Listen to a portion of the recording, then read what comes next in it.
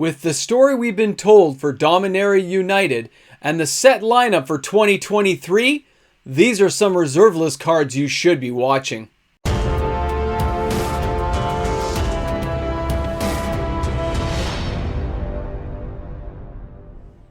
You gotta have a plan.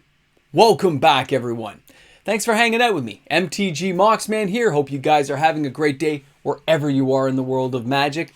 So, reserve list conversation. It's funny how they're giving us Dominaria United, right? It was a great set. You can tell already it's going to be epic. Love the characters, love the story they're telling us, linking things together, giving us old characters we thought were long since dead, and new characters coming around to save the day. New Phyrexian invasion. All this crazy stuff can lead you to believe it's just a story. It's just going to be awesome. But then Wizards gives us the 2023 lineup. And they say, look at the Phyrexian aftermath, the invasion, all this stuff across the multiverse. You see where I'm going with this? They give you just a hint of what's going on. When Wizards creates new cards, when they're ever expanding the amount of cards they create, eventually cards come to a crossroads. It usually happens with reserve list cards. That's where it usually ends up happening.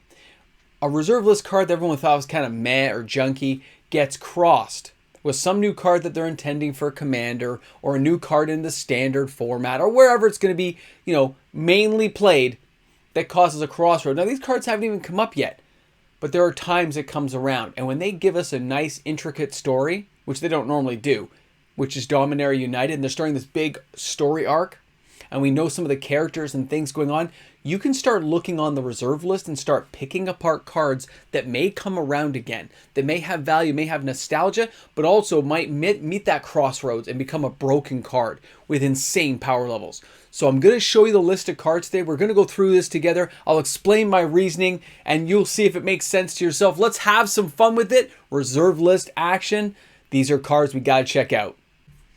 The first card I want to show everyone today is Lifeline, Urza Saga. This is $50 Canadian near mint. It's €20 and 6 cents, okay? Really inexpensive. And we're talking $38.99 US. It's like the cost of a near mint gold span dragon, okay? Like, this is an old school card it's very powerful actually. As a 5 casting cost generic artifact, which means it fits in any deck. It says, whenever a creature is put into a graveyard and a creature is in play, return that creature from your graveyard to play at the end of turn. That makes it pretty hard to kill stuff. You better be exiling, or the thing's coming back, or you gotta wipe the whole battlefield clean so no creatures are around. You're telling me this card's not worth it? We've seen dead things come back to life in Dominaria. We've seen things coming back around again. And cards like this, there are ways of sneaking these things onto the battlefield. There are ways of engineering your deck to make sure you have the greatest potential to bring your stuff back first. It's important to pay attention to cards like this, and it's really cheap right now. Look at the bargain basement. Sanctum. So we know Teferi's going to do a whole time traveling thing. We don't know where this is going to end. You don't know if he's going back to visit Urza, going back to visit Sarah the Planeswalker, going to her realm. Urza did it. Who knows who else could do it? Going back to places like this and giving us powerful enchantments, powerful white cards, powerful things that fit with lands like this, like Gaia's Cradle, Sarah's Sanctum, Tolarian Academy. All these type of cards can have even larger ranging effects that most people don't experience right away when they're just playing a game. But the way they've been doing artifacts, the way they've been doing enchantments lately, you start seeing the power levels on some of these cards, and you realize a card like Sarah's Sanctum can really turn up the heat now with the amount of enchantments available to pump out a decent deck, but then have a massive mana supply to churn out armies of angels that are like X casting cost when you need to late game. Most people forget about that, and this card isn't like it's $1,000 or anything. It's $319 is your average price US. It's around 400 and something bucks here in Canada. I remember in 2020 this thing being $70. Things have come around, but this card is just starting to dip in price right now, which means people are not really paying attention. They're not really thinking of what the stories or where things may lead in the multiverse and where these sets will take us. What enchantments will come up that see more play, how these things will blend together. So I'm just saying, it's one of those cards you should probably be paying attention to if you don't have it yet. You might be seeing a down price on it, the downward pressure to make it go a little bit cheaper. And hey, you don't have to go for a near mint. You can always get a light played, moderately played just to fill out your collection. Now, our next card is Time Spiral. And again, I'm doing this card, I'm showing you guys because it's still dipping in price. It's still really affordable. Market price of $157.73. None available here in Canada. They say it's $200, but they actually don't have it in stock, so I didn't put the price up today for you guys. But you can see where I'm going. €103 to get this card to your house. Now, this card is 2 blue, 6 other. But like cards from this Urza block, Urza Saga, you're going to pay that 6 mana. You're gonna, time twist. You're gonna like discard your hand and, shuffle things up, draw 7 cards. But this one lets you untap your lands. Okay? You are untapping the lands. The 6 lands you just paid are untapping, and you're getting a full hand of cards again. This thing is a very disgusting, powerful card. There is no way it should be this cheap. And there are ways people don't even use nowadays about thinking and using it. I've tried it in a couple of Commander deck demos I'm trying right now in my blue-white Commander deck. And this thing is devastating. Tormund's Crypts, my friend. That's all I'm going to say. A lot of fun. Now, the next card, Javamaya Holo. Oh my god.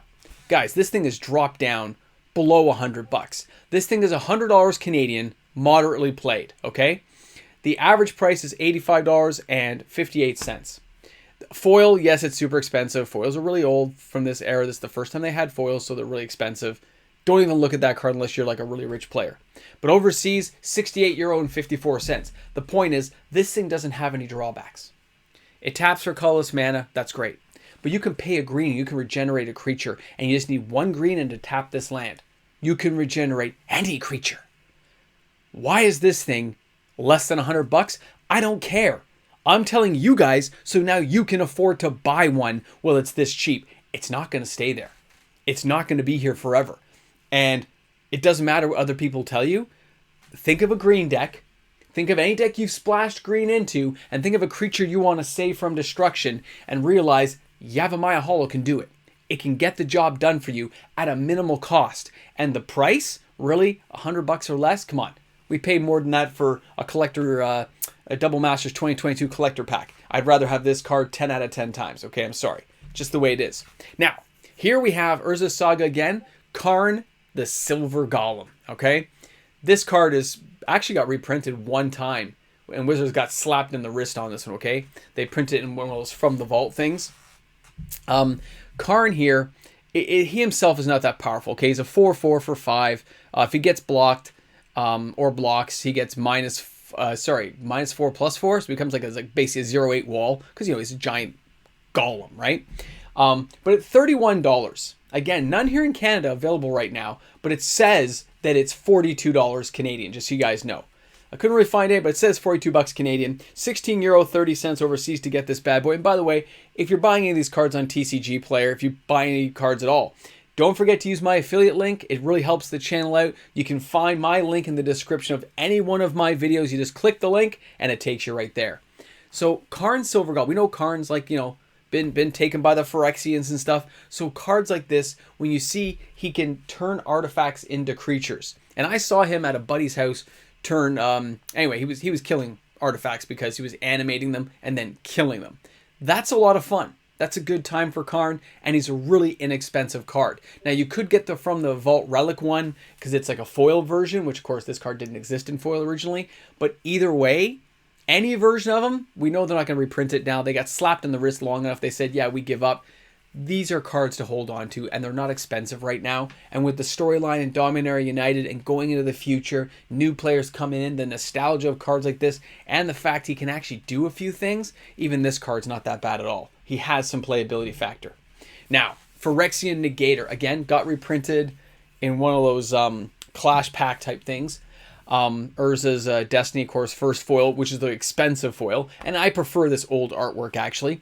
This card is $17.27 because it's gone through a buyout in 2022. That's why it's so high. It's finally dipping down in price. But with the whole Phyrexian storyline, this card, it probably has a little bit more, like, people are kind of like, hey, yeah, it's being noticed more, all right? It's not a horrible card.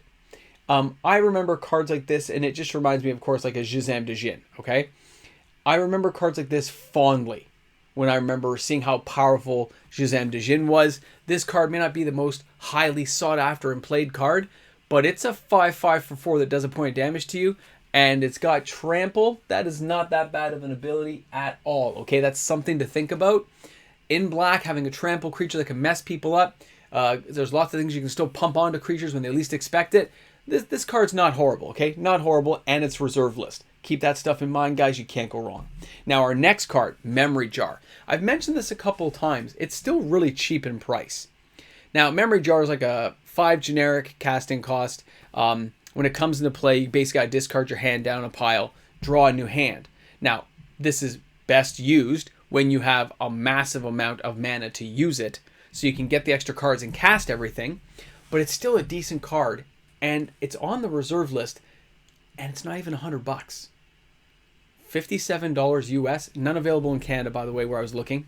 Market price $44.01. The one in Canada, for those who are asking, said it was $75 Canadian, but they didn't have any. And when I asked the store for information, they said they haven't had one for over a year. So now $36.90 euro, so 36 euro. That's pretty cheap as well, guys. The foil is expensive. Again, it's Urza's Legacy. You're gonna be paying an arm and a leg.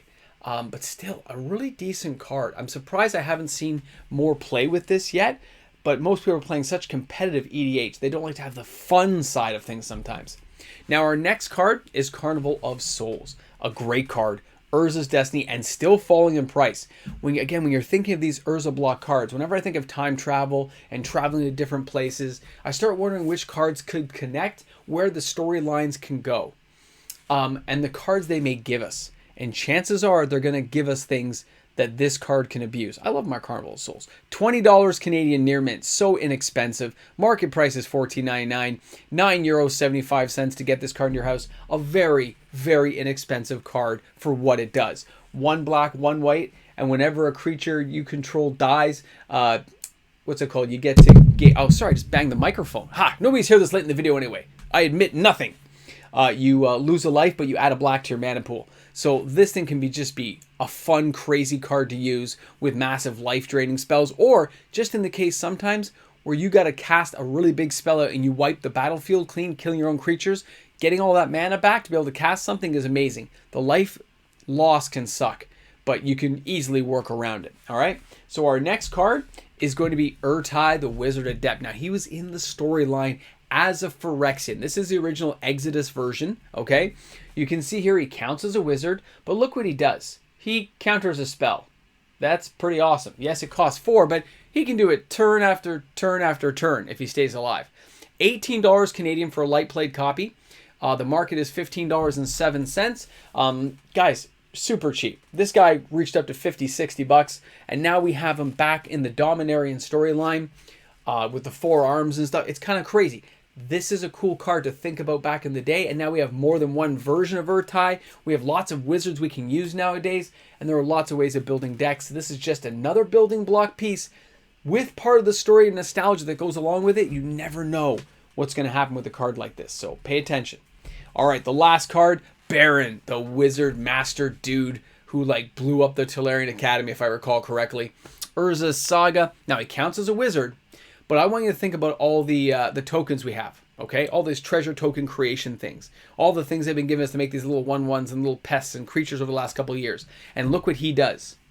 He has 2 and sacrifice a permanent, and you unsummon somebody's creature back to their hand. So in a commander game, if you have enough treasure tokens, enough little knick-knack things bouncing around, and this guy hits the board, and you got mana, you can basically unsummon a battlefield. You can mess people up. You can make allies, make friends and enemies, and you can save yourself, because this isn't like it's a sorcery or something. You can do it whenever you need to, and that's amazing. And this card is $31 Canadian lightly played. The average price is $25.31 US, €15.87 to get this into your house. You know, when you start thinking about all the cards they've given us for Dominaria United, where the storyline is going with the Phyrexians, people have got to start paying attention to some of these sets and some of these reserve list cards that go along with it. You don't know where they're going to go. You don't know which cards are going to end up being something. And even if these cards are nothing now, they're still all reserve list. Wizards is going back to Dominaria at some point again. they're going to try a new storyline again. Sooner or later, reserve list cards cross in somewhere and something crazy happens. I mean, look what happened with Griffins. You don't know where things are going to go, which is why you have to pay attention to cards. Thanks a lot for chilling out with me today. I hope you guys enjoyed the selection of reserve list cards. Loving how things are looking for 2022 ending off, as well as what's coming up in 2023. Guys, have an awesome day today. Thanks for hanging out with me. And of course, the amazing patrons on this channel who make everything happen. Thanks again, guys. Patrons make the world go round. And without my patrons supporting me, this channel would not be possible. Thanks again, everyone. I know. You're here at the end, you're wondering things. I bought some of these cards. There's some cards here I think just, there's stuff that could go on. So I did buy a couple of them, okay? I gotta be honest. A couple I didn't own, I went for play sets of 4. Couldn't help myself. I was like, I got to. And I know it put me back a little bit, but I had to. Because some of these cards were so cool, and they're so inexpensive right now. I couldn't pass them up. So, thanks a lot for hanging out, guys. Thanks for being here at the end of the video to hear that I bought, you know, Ertai, and I bought a Baron, and I already had a Sanctum. Already had that one. I'm good. But yeah, even Lifeline. Like, come on. Cheap cards, man. Amazing stuff out there. People just don't, they don't see it. They just don't see it. And that's okay by me. Have an awesome one.